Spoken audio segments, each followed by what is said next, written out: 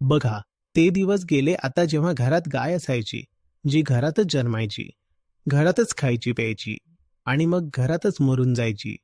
मी अशा गायींबद्दल बोलत नाहीये. पण 99% लोकांच्या घरी तर दूध बाजारातूनच येतं ना. तुम्हाला माहिती आहे का की ज्या जनावराकडून तुम्हाला दूध मिळतंय ते दूध कशा प्रकारे मिळवलेलं असतं, त्या जनावराचं किती शोषण होतं?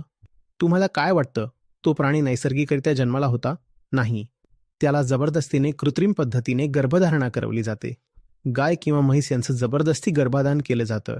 एका अर्थाने ते बलात्कारासारखंच असतं, फक्त तुमची दुधाची तहान भागवण्यासाठी. नाहीतर एवढ्या सगळ्या लोकांना दूध देण्यासाठी गायी काही तयार बसलेल्या नाहीयेत. जगभरातल्या गायी काय ठरवून बसल्या आहेत का की माणूस आपली लोकसंख्या वाढवत राहो? आता 800 करोड लोक आहेत जगात आणि आम्ही त्याला दूध पुरवत राहू. म्हणजे आमच्या प्रजातीचा उद्देशच हाच आहे का की माणूस बिनधास्त आपली संख्या वाढवत राहो आणि आम्ही त्याला आईसारखं दूध पाजत राहावं?